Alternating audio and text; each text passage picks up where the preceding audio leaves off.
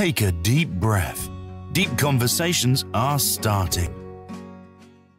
Hello, everyone. Welcome to Deep Conversations with Breath Hub. I have a lovely friend, an amazing lady here with me, and I'm going to let her introduce herself as we always do.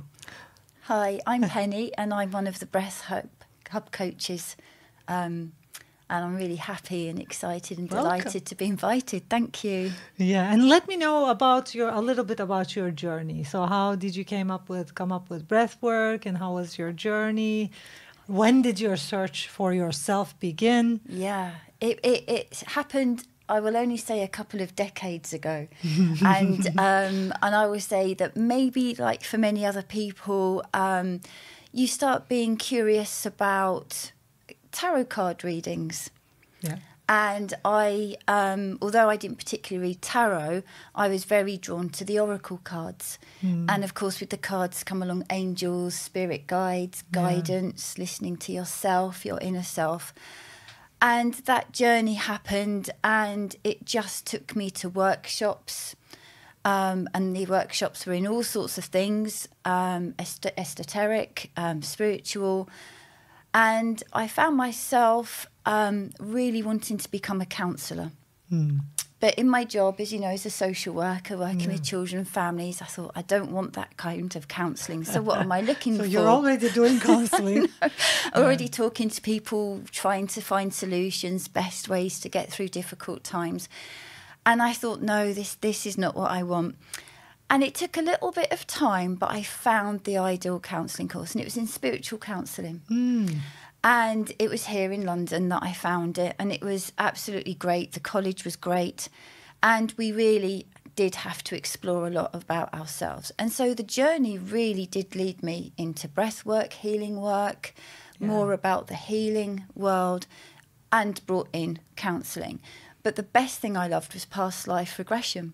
Okay. And so with understanding and learning about past life regression, I learned a little bit of hypnotherapy, a little bit of relaxation. And I think without breath work, without learning to use your breath, without breath awareness, none of these are possible. It's like neither like meditation, neither like energy work, tapping into your own self. Or of course hypnotherapy as well. Like we need breath work for, breathing techniques for all of them. Absolutely, that's absolutely right. And so what the hypnotherapy gave me and the past life regression gave me was that absolute countdown of relaxation and strongly using the breath to do that. And so that led me into meditation, and so I ran my groups.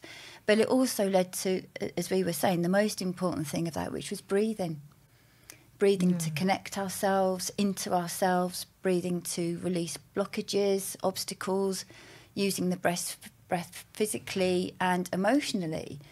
And just really learning about the breath and understanding it's our biggest tool, our biggest strength, our biggest clearer of anything. And so that is since where my journey has taken me, in hand with, for myself, yoga, and now iron yoga, where you use tiny weights to help the physical side of the body. And the most important thing about power yoga is, guess what? What? Breathing again. Yeah, of course. Yeah. So you can't get away from the breath. It's like we're physical beings, and our whole system works with breathing. It's like you live and you take your first breath and you come into this life and you give your last and you die. It's like life in its rawest form is the breaths you take in and out. That's just it. It's like if we're not, if I'm not going to be aware of my breath, what am I going to be aware of? It's like our body, our breath, it's, this life is the same experience. So let's dive a little a little on past life regression. Sometimes, by the way, it's very interesting because you've been on this path for a long time like me. And like 20 years ago, 2 decades ago, it was kind of like, more woo-woo to be talking about these stuff, and like energy work and past life regression and, healing modalities and the oracles and stuff and the whole esoteric systems. now, since the past 10 years, 5 to 10 years, I even hear businessmen, professional businesswomen and businessmen talking about and understanding and realizing that there is something beyond to life than what we know in the physical form and realm. First of all, why do you think is this happening? And how do you see this whole thing happening? I think that we're lucky we're here in this time. Yeah. We may think, oh, what, the pandemic? But no, I think we're lucky that we're here in this time because we're seeing this change and we're part of that change. And I think there is, and people will talk about it, but there is an awakening.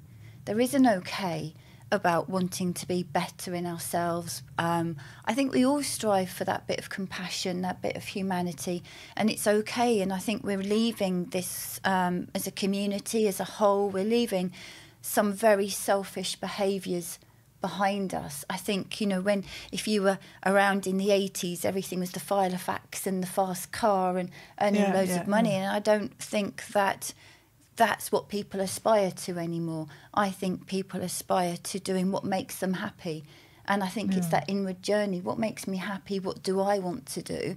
And even in our own conversations with our own friends, we'll very easily talk about that kind of work, that kind of field perhaps doesn't make us happy. That's not the achievement. I think we're kind of like moving away from our conditioning and moving into a different realm, like a more raw way of being as humans. And all of the esoteric teachings, the ancient teachings, which breathwork is an ancient teaching, which one of the most powerful healing modalities ever used on this planet. I think that's why, I mean, many years ago, I wouldn't even dream of, you know, teaching corporate to you know, breath work and meditation. Now it's just happening. It's there. We get you know, we have one or two companies sending us emails like almost every week now for asking for corporate, you know, trainings, and it's just amazing what's happening. Yeah, that is fantastic. And I think corporately as well, there is this massive recognition of balance and well-being.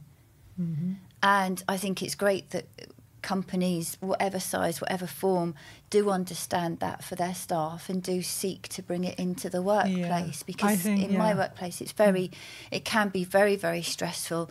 And when I say to staff, just take a breath, I really mean it. I really mean just and let it go. Stop. Rather than just take a breath, let's panic, you know. And I think people are becoming more aware that when we speak about well-being, when we speak about human psychology, we're also speaking about human spirituality. You know, you can't speak about psychology just leaving the whole woo-woo or spirituality out. It's like the moment you're talking about well-being, esotericism will come with it. It's like there is no escape. I mean, with the whole medical world, and I think just splitting the whole holistic human experience into parts because it's so complex with the medical system. Now people started seeing it doesn't work that way and now trying to combine it again, you know? Absolutely. Like seeing humans as a whole, because like 20 years ago, 25 years ago, people were more physical, you know? It's kind of like masses weren't able to tap into that spiritual consciousness or spirituality. Now people started seeing humans as whole. You know, we are spiritual beings. We are whole. Psychology, mentality, physiology, everything is just one, and it affects each other. So if you want to be well, you know, it starts with spirituality and physiology. And ensuring the balance. Really ensuring balance between all of that, because you do have to be physical to be spiritual, and to be spiritual you have to be physical, as you're saying. And I think people are beyond their ideas of, you know, people who are interested in the esoteric realms and spiritual realms, they need to be this type of people. It's kind of like we're just modernizing that. Even with Breath Up Project, like breathing is the most spiritual thing you can ever connect with, and we're just modernizing it, and it's just in an app in your hands. You can just, you know, download, use it for 5 minutes, 10 minutes. Just isn't that amazing? It's like how technology and everything is coming together. And it allows you to do that anywhere.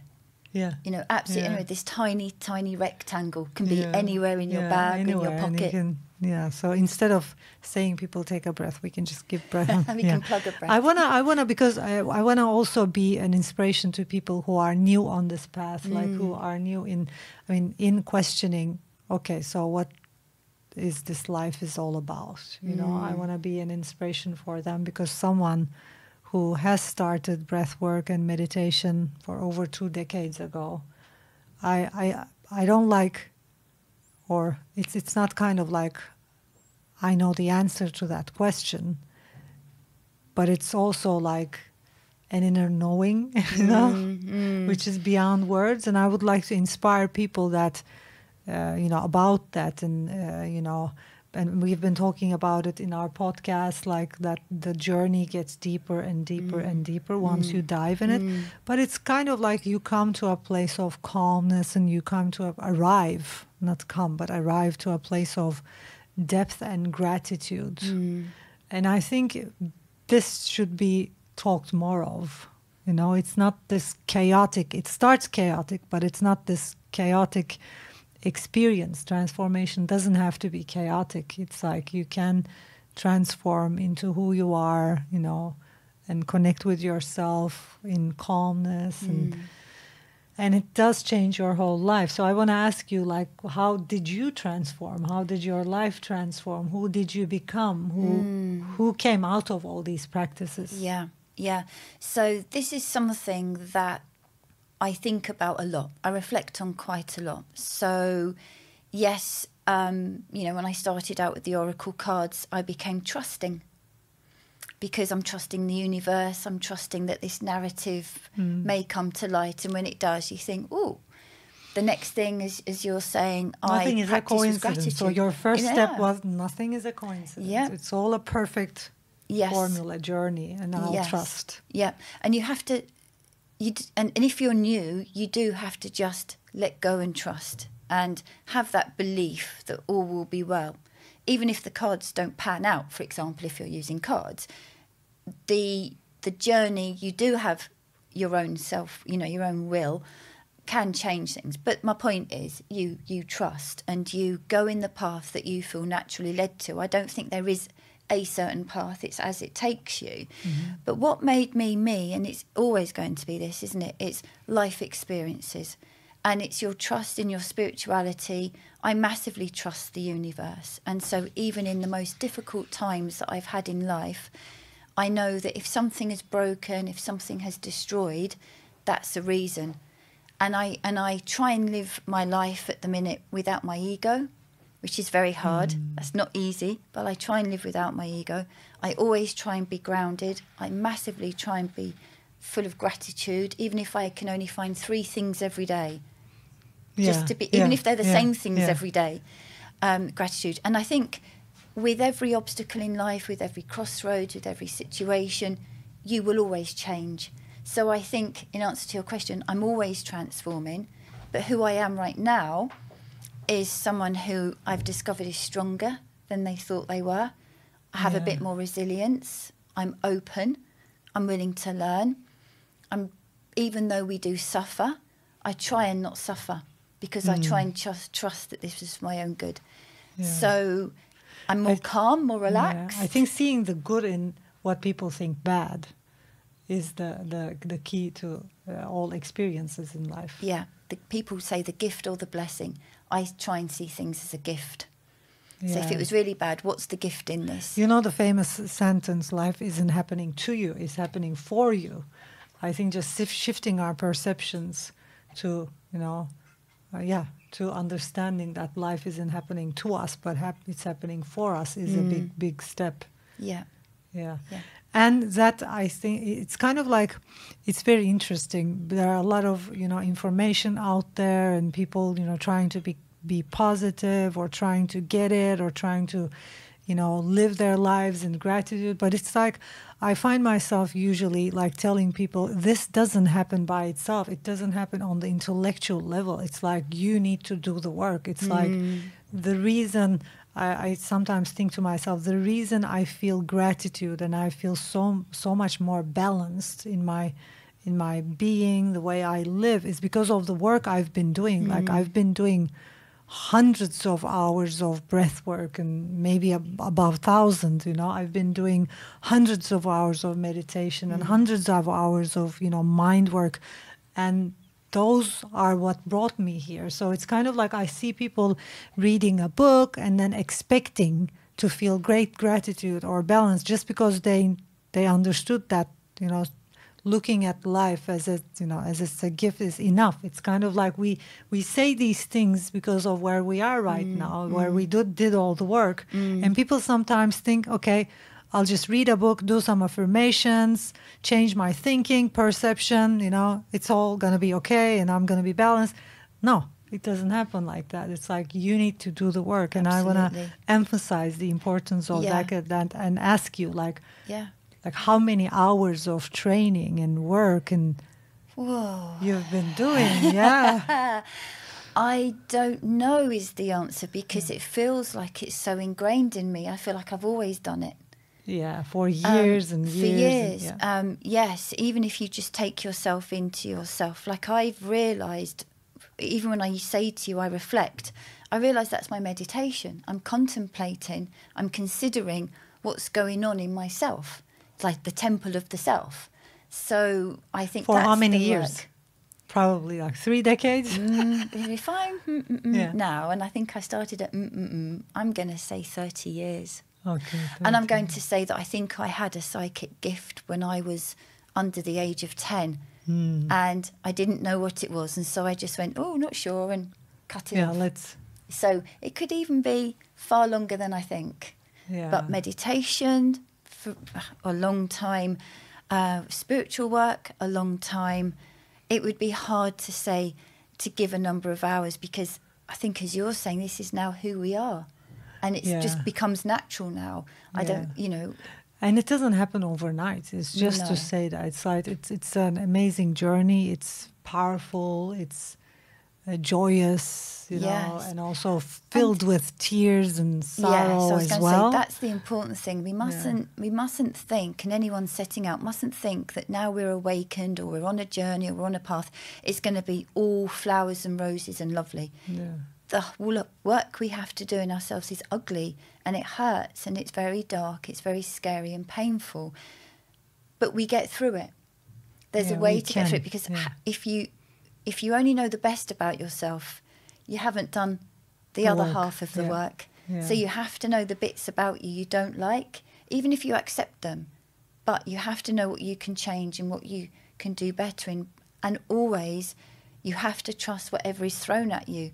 And my biggest belief is the universe doesn't give you what you can't handle, or what it knows you can't handle. So even if you think, this is really awful, actually you will manage, you will handle it. And I know you're working with a lot of children, and especially who experience some, you know, who have been going through like tough experiences.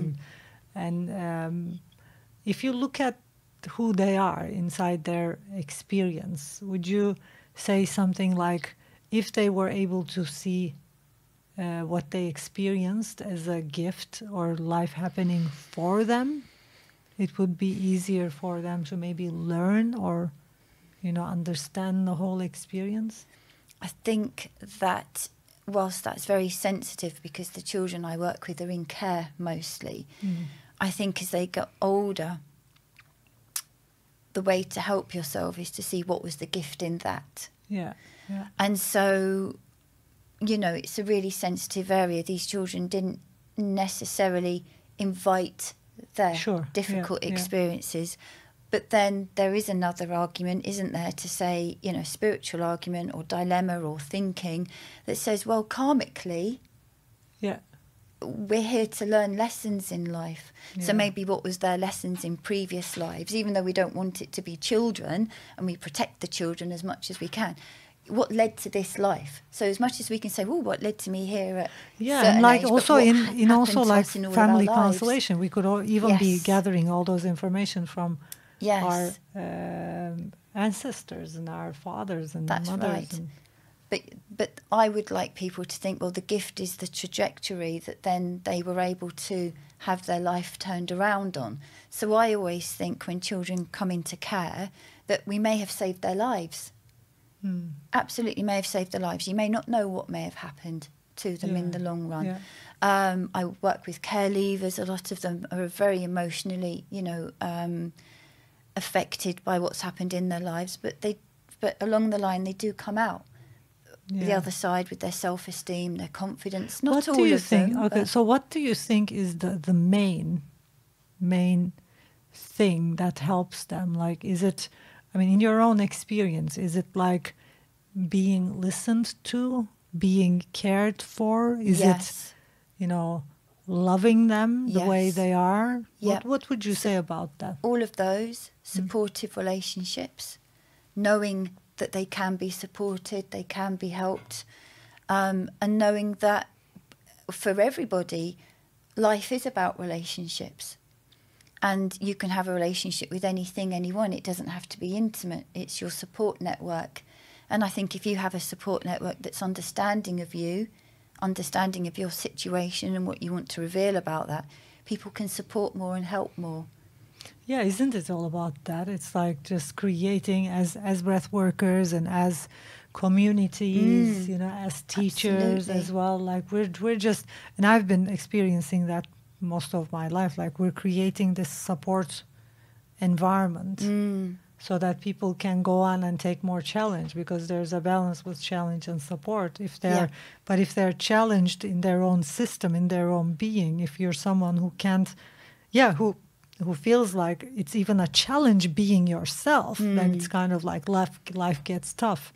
So our job is maybe to bring that support to people who feel like challenged to just being themselves. Absolutely. And I think, in terms of Breath Hub and the coaches, there's always that saying, isn't there? When the time is right, the teacher will find you, or you'll find the teacher. Yeah. There's that saying, isn't there?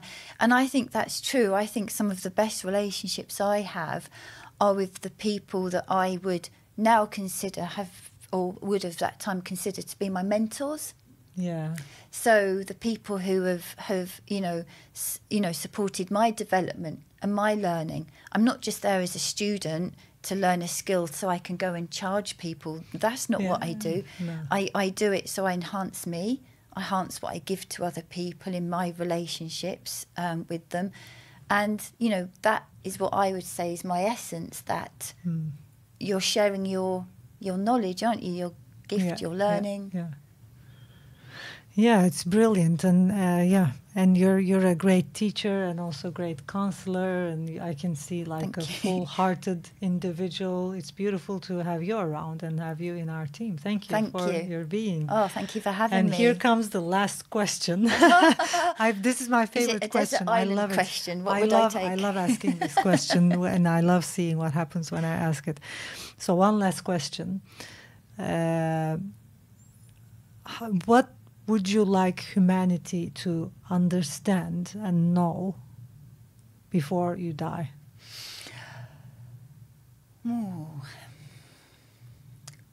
That it's all well. Yeah. Everything is well. Everything is as it's meant to be. Yeah.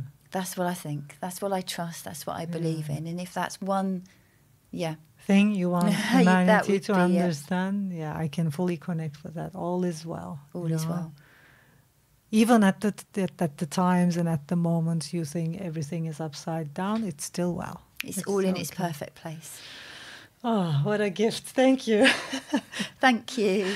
Thanks for listening to us and watching us. See you in the next episode.